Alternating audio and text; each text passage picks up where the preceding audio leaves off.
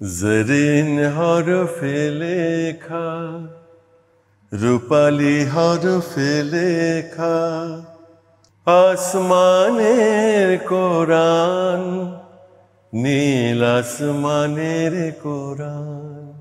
আসসালামু আলাইকুম ওয়া রাহমাতুল্লাহি ওয়া বারাকাতুহু। ইন্নাল হামদালিল্লাহি ওয়া কাফা ওয়া সালামুন আলা ইবাদিহিল্লাযিনা ইসতাফা, আম্মা বাদ।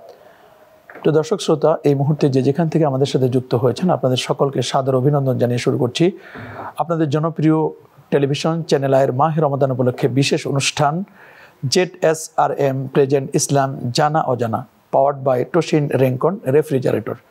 প্রিয় দর্শক, আপনারা জানেন যে আমরা অনুষ্ঠানে নতুন নতুন বিষয় নিয়ে আলোচনা করে থাকি। আজ যে বিষয়টি নিয়ে আলোচনা করব তা হচ্ছে কোরআন ও আধুনিক বিজ্ঞান এ বিষয়ে। আর এ বিষয়ে আলোচনা করবার জন্য আমাদের স্টুডিওতে উপস্থিত রয়েছেন ঢাকা নেসারিয়া কামিল মাদ্রাসার সম্মানিত সাবেক অধ্যক্ষ ডক্টর আল্লামা কাফিল উদ্দিন সরকার সালেহী। আসসালামু আলাইকুম রহমতুল্লাহি ওয়া বারাকাতুহু। ওয়ালাইকুম আসসালাম রহমতুল্লাহ। হুজুর কেমন আছেন? জি আলহামদুলিল্লাহ ভালো আছি। প্রিয় দর্শক, আপনারা জানেন যে আল্লাহ সুবহানাহু ওয়া তাআলা পবিত্র কোরআনুল কারীমকে বিজ্ঞানময় বলেছেন। ইয়াসিন ওয়াল কোরআনিল হাকিম। ইয়াসিন হচ্ছে আমার নবীজির নাম, ওয়াল কোরআনিল হাকিম, কোরআনটাকে বিজ্ঞানময় বলা হয়েছে। তার মানে কোরআনে এমন কোনো সাইড আলোচনা বাদ দেওয়া হয় না যেটির আলোচনা আল্লাহ তাআলা করেন নাই।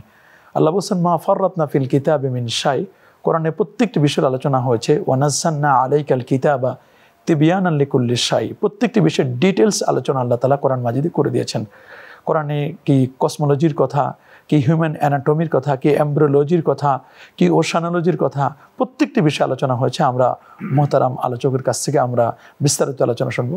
হুজুর, আপনি যদি আমাদেরকে কোরআন এবং সুন্নাহর আলোকে, বিশেষ করে কোরআনের সাথে বিজ্ঞানের কি অ্যাটাচমেন্ট, কি সম্পর্ক, আপনি যদি প্লিজ একটু বলতেন।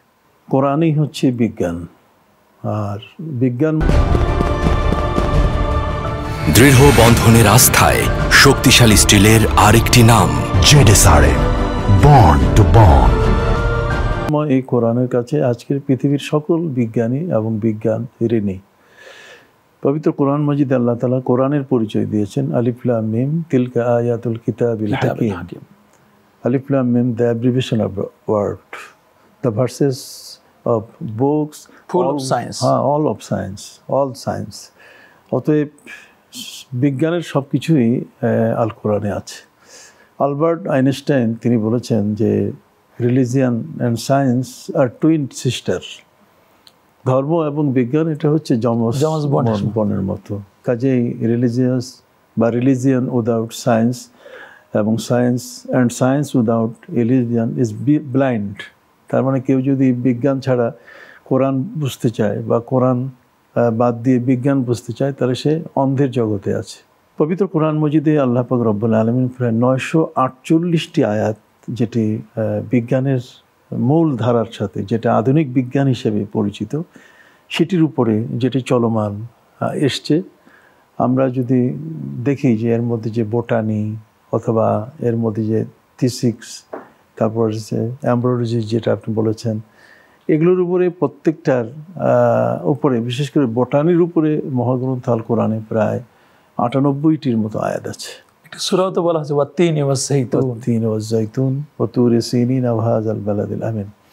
ঠিক অনুরূপভাবে অ্যানাটমি বিজ্ঞান, যেটা মরাকাটা বিজ্ঞান, যেটা মানুষের স্বাস্থ্য সম্পর্কে আলোচনা, সেখানেও কিন্তু প্রায় 321টি আয়াত আছে এটার উপরে। এবং একটি সূরাও আছে সূরাতুল ইনসান। হ্যাঁ, সূরাতুল ইনসান, যেটাকে সূরাতুদ দাহর বলা হয়েছে। তো সেখানে কিভাবে মানুষ সৃষ্টি হচ্ছে, ইন্না খালাকনাল ইনসানা মিন নুতফা। 5-star রেটিং প্রাপ্ত European standard refrigerator Toshin Rancon, manufactured by Rancon electronics. নুতফাতিন আমশাজ, আই মিন নুতফাতিন আমশাজ শব্দের অর্থ হচ্ছে মুখতালাত, ইখতিলাত মিন মাইর রাজুল ওয়া মিন মাইল মারা। তো কাজেই সেখানে আমরা লক্ষ্য করি এইভাবে এমন কোনো বিষয় নেই যেটি বিজ্ঞান কখনো এড়িয়ে যেতে পারে কোরআনকে। সুবহানাল্লাহ। যে মায়ের দায়িত্ব হচ্ছে সন্তানকে ব্রেস্টফিডিং করা। হ্যাঁ, তো এটি ওয়া হামলুহু ওয়া ফিসালুহু আমান। তো সেখানে বলা হয়েছে অন্তত 2 বছর, অথবা ইমাম আবু হানিফা রাহমাতুল্লাহর মতে ওয়া হামলুহু ওয়া ফিসালুহু 30 শাহরা। সেখানে 30 এই শাহরের কথা যে বলা হয়েছে, যে 30 মাসের যে কথাটা, তো সেখানেও কিন্তু 2.5 বছর একটি বাচ্চা তার মায়ের বুকে দুধ পান করতে পারে। এবং আলহামদুলিল্লাহ রাব্বিল আলামিনের তাফসিরে যে বিষয়টা বলা হয়েছে যে রব কেন তিনি একটি শিশু জন্মের 7 মাস আগের থেকে আল্লাহ তাআলা তার মায়ের বুকে ওই শিশুটির খাবার গরম করতে থাকে, রেডি ফুড, একটা রেডি ফুড পোড়া, যাতে করে শিশুটি জন্ম নেওয়ার পরে কোন খাদ্য তার পেটে সইবে এবং কোনটা তার স্বাস্থ্য উপযোগী হবে। এতদিন তো সে প্লাসেন্টা যেটা অর্থাৎ ফুল, মায়ের গর্ভে যে ফুলটা থাকে এটাকে প্লাসেন্টা বলে, সেই প্লাসেন্টার মাধ্যমে মায়ের শোষিত খাবারগুলোকেই মূলত বাচ্চা গ্রহণ করে থাকে, এখান থেকে তার শ্বাস প্রশ্বাস সব কিছুই। তো এটাও কিন্তু পবিত্র কোরআন মজিদে আল্লাহ তাআলা বলেছেন আল্লাহু আখরাজাকুম মিন বুতুনি উম্মাহাতিকুম লা তা'লামুনা শাইআ ওয়া জাআলা লাকুমুস সামআ ওয়াল আবসারা ওয়াল আফিদাতা লাআল্লাকুম তাশকুরুন, এখানে বলা হয়েছে। তো কাজে এই প্লাসেন্টা যেটা অর্থাৎ সেই ফুলের মাধ্যমে এই ফুলটা এক জায়গা থেকে আরেক জায়গায় এটা কিন্তু স্থানান্তরিত হয় যাতে করে বাচ্চার মুভ করে। আর এই মুভিং পিরিয়ডের এক সময় বাচ্চার মাথাটা মায়ের প্রসব অর্থাৎ প্রজনন সহজ করার জন্য নিচে চলে আসে। তো এই জায়গাতে একটি শিশু মায়ের শোষিত সব খাদ্যের রসগুলো নির্যাসগুলো যেমন গ্রহণ করে বের হওয়ার পর দৃঢ় বন্ধনের আস্থায় শক্তিশালী স্টিলের আরেকটি নাম জেডএসআরএম, বন্ড টু বন্ড। কিন্তু ওই মায়ের সাথে অ্যাডজাস্টমেন্ট, তার মানে সে শিশু যদি স্ট্রিম প্রিমেচুইট হয় অথবা ইমমেচুইট হয়, তার বাচ্চা অপ্রাপ্ত বয়সে সে জন্মগ্রহণ করলো অথবা বয়স পেয়েই 9 মাস বা 10 মাস বয়স পেয়ে সে জন্মগ্রহণ করলো, কিন্তু যেহেতু 10 মাস পর্যন্ত সে যে মায়ের থেকে যা গ্রহণ করেছে ওই মায়ের দেহ থেকে তার জন্মের পরে যদি দেওয়া না হয় তো এই বাচ্চাটা ডায়রিয়ায় ভুগতে পারে, তার মধ্যে আরও অন্য ধরনের কঠিন কঠিন রোগ সেখানে দেখা যেতে পারে। তো এই জন্যেই ওই হাসপাতালের মধ্যে 2 জন মা সন্তান প্রসব করলেন মা হাসপাতালটিতে, সেখানে একজন ছেলে আরেকজন মেয়ে। বাচ্চা যখন কেঁদে উঠলো, কিন্তু এখানে মজার বিষয় যেটা সেটা হলো যে নার্সের যে দায়িত্ব ছিল, যে নামে মার রেজিস্ট্রেশন হয়েছে সেই নামের স্টিকারটা বাচ্চার পায়ে দিলে তখন বাচ্চা কেঁদে উঠলে মায়ের বুকের দুধ দেওয়ার জন্য ওই মাকে খুঁজে তার বেডে দেওয়া হয়। কিন্তু এই 2টা বাচ্চার ক্ষেত্রে নার্স ভুল করে পায়ের মধ্যে স্টিকার লাগায় নেই। এখন বাচ্চা যখন কেঁদে উঠেছে, 2টোই মায়ের কোলে দিতে হবে, তখন বাচ্চা নিয়ে উপস্থিত হওয়া হলো, মাদেরকে বলা হলো যে নেন আপনার সন্তান কার কোনটা। তখন 2জনই হাত বাড়িয়েছে ছেলেটাকে নেওয়ার জন্য, মেয়েটাকে নিবে না, অথচ কোরআন বলছে ওয়ালাইসা যাকারু কাল উনসা। সুবহানাল্লাহ, এটা হচ্ছে আরেকটা মানবিক বিজ্ঞান যে নারীদেরকে কোরআন কিন্তু অবহেলা করে নেই এবং মর্যাদার ক্ষেত্রে বলেছে কোটি কোটি পুরুষের চেয়ে কোনো নারী কিন্তু উত্তম, এতে কোনো সন্দেহ নাই। ওয়ালাইসা যাকারু কাল উনসা। যাই হোক, হযরত মারিয়াম আলাইহিস সালামের ব্যাপারে সেটা এসছে। একটি পর্যায়ে তখন দেখা গেল যে 2 মায়ের দাবি এই ছেলেটাকে নিয়ে, কিন্তু সেখানে নার্সরা কোনো সমাধান দেবেন কিভাবে, নাই তো কিছু। এরপরে ডাক্তাররা আসলেন, তুলকালাম কাণ্ড ঘটে গেল, 2 মহিলার চুলাচুলি, তাদের ঝগড়া, এক ঝগড়ার পর্যায়ে তাদের কি সমাধান দেবেন, বোর্ড বসলো কিন্তু কোনো সমাধান দিতে পারলো না। শেষ পর্যন্ত তারা সিদ্ধান্ত নিলেন যে এটাই একজন মুসলিম ডাক্তারের পরামর্শ দেওয়া হোক।